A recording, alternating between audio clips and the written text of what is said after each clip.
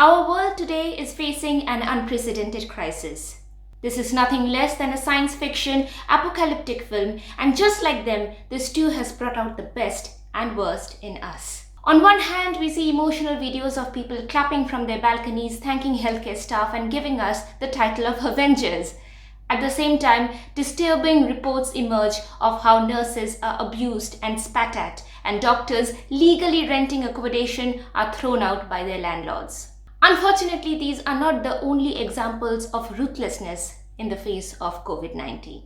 I understand we are all frightened, we are uncertain, we are isolated, and I get the devastating effect on mental health.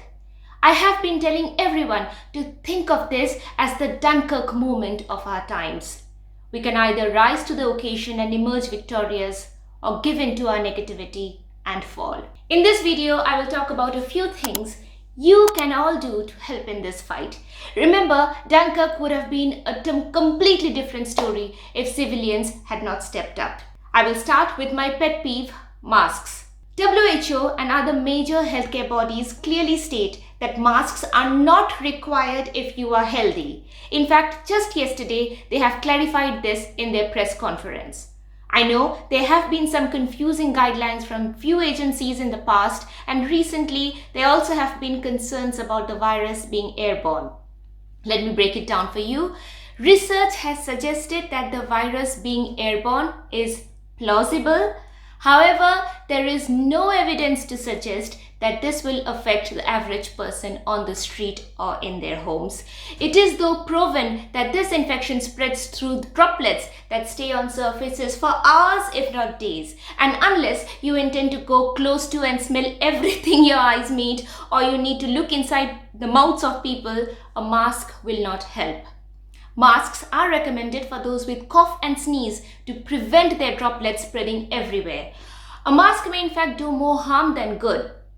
It gives the wearer a false sense of security, and essential steps like hand hygiene and physical distancing goes for a toss. I see too many people wear ill-fitted masks, touch their masks constantly because of course they are not used to wearing them, remove them in a totally incorrect way and dispose them indiscriminately. The last three, in fact, will further spread the virus. And this applies to N95 masks too, which by the way, not even all healthcare staff need. And I have no idea why everyone thinks that they are doomed without one. You know who really needs these masks? The people for whom the Italians, the Spanish, and now even the Indians clap. Imagine how many people will be infected if a doctor or a nurse contracts the virus. And who will look after the patients if doctors and nurses fall sick? All over the world, there is an acute shortage of masks because people have been panic buying them. If you do not believe me, listen to WHO's press conference from yesterday. But all is not yet lost.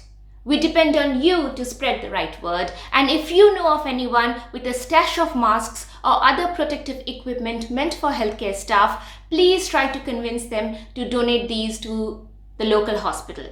Remember, if we are not alive, we cannot help you stay alive. Close on the heels of masks is the hand sanitizer, which again is in short supply all over the world. I must mention here that not all hand sanitizers will kill the virus responsible for COVID-19, and they do not work if you have dirt in your hands anyway. But fear not, COVID-19 has an Achilles heel, and that is the humble soap.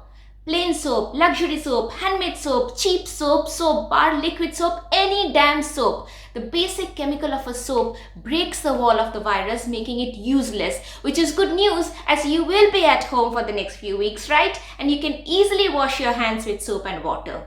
So why do you need to fret over non-availability of hand sanitizers? Let's leave them for people who must go out in the streets for society to carry on.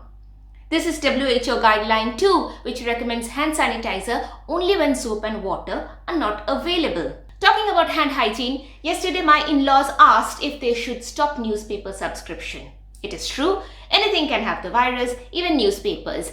But it will never ever be possible to live in a completely sterile environment. I gave my husband the example of operation theatres, which are equipped with industrial filters, have clean equipment and instrument, and everything is scrubbed and regularly disinfected.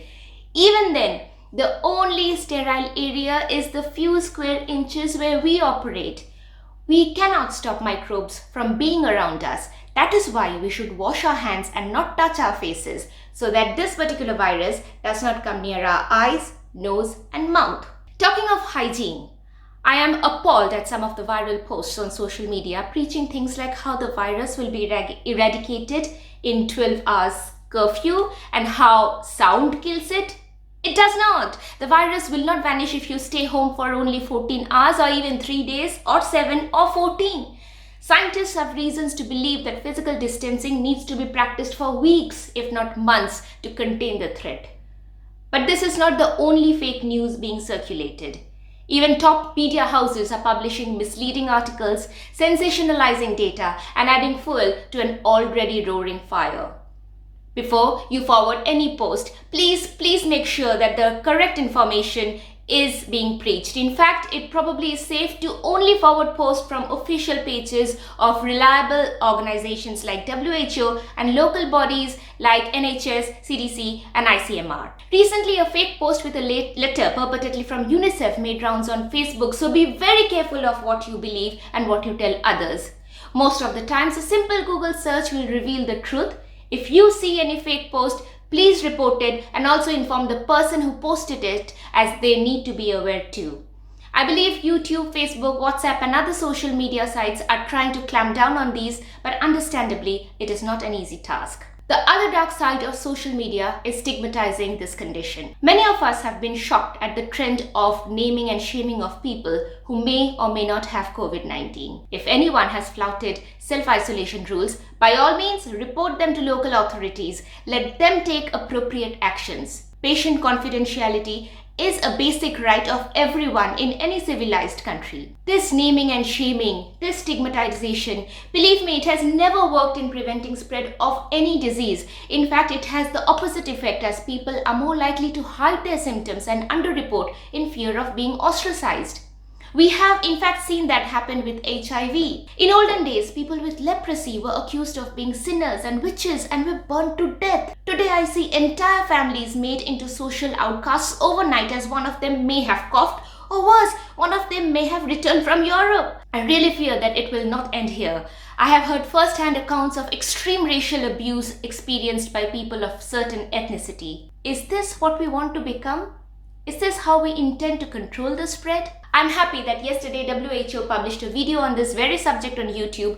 Please do have a look, the link is right up here. Something else happened too yesterday. The UK government had to officially ask its people not to be selfish and hoard items. Honestly, I never thought it will ever come to this. And it's not just United Kingdom. Supermarket shelves across the world are empty, even though they are being regularly restocked.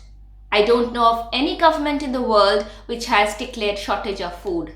My brother lives in Spain, we have friends in Italy, both countries are locked down, we live in London, one of the epicenters, and neither my brother nor our friends in Italy nor us have stockpiled, because we do not need to. Retail industry is working round the clock to ensure supply chain is not affected and there is enough for everyone. Please ask everyone around you to show consideration, and more importantly, let's not be carried away with panic. Panic has also caused many pet owners to abandon their pets, even though all health bodies including WHO have been screaming from their roofs that they do not transmit COVID-19. One rescue center in Mumbai in fact received 20 abandoned dogs in one day. I said this in my previous video, I'll say it again. Pets do not cause COVID-19. Canine coronavirus is a completely different infection which only affects dogs, and they need vaccines for their own benefit. Please do not listen to rumors. In fact, this is a great time for pet owners. There's an Instagram page called Dogs Working From Home. Have a look, even if you do not have pets. It's quite fun. And if you are a dog owner, this may be a chance for you to go viral. Now, I'm not going to lie, this is probably and hopefully the most challenging phase of our lives. The virus only entered human body a few months ago. We still do not understand it completely. This is a fluid situation. We are learning as we go, and health recommendations will keep on changing. Trust the scientists. They are the behind-the-scene heroes. Listen to your local government, as public health guidance is not universal. Be resilient, be flexible, be hopeful. Remember, most people with COVID-19 recover completely with only home stay. Many needing hospitalization also recover well. But because it spreads very easily and fast, if hundreds and thousands are affected at the same time, thousands will need hospitalization and hundreds will need high dependency care, in which case hospitals will struggle to provide beds and the healthcare system will collapse. This is what we want to avoid. Thank you so much for the love and trust you have shown to us doctors. It takes a village to save one life, believe me. Please keep everyone in your thoughts. The nurses, the theatre assistants, the anesthetic assistants, the midwives, the cleaners, the kitchen staff, the porters, the pharmacists, the IT support team, the admin team, the carers, the social support staff. Honestly, there are loads and loads of us, and all the wonderful people working behind the scenes to make sure we can go on with our lives. The security forces like police, the staff in charge of electricity, water and internet supply, the garbage collectors, the cleaners, the people driving buses and trains so that those like us can go to work, the essential banking staff, truck drivers, delivery people, supermarket staff. Please forgive me if I have missed anyone. On behalf of both Vikram and I, Babu and Bibi, my sincere gratitude to every single one of you. And of course, the rest of you who, like my husband, are working from home. Believe me, I understand how incredibly difficult being in this sort of a confinement can be. Don't be too harsh on yourself. It is going to be a massive challenge to your mental health, so please take care of yourself. I will attach a link to a Facebook post written by a psychiatrist friend of mine. Hopefully you will find it useful. Remember, this will not last forever, but this will show what we really are made of. My heart warms with news of how communities are setting up support systems to help the elderly and vulnerable, how people are coming together virtually to lift each other's spirits.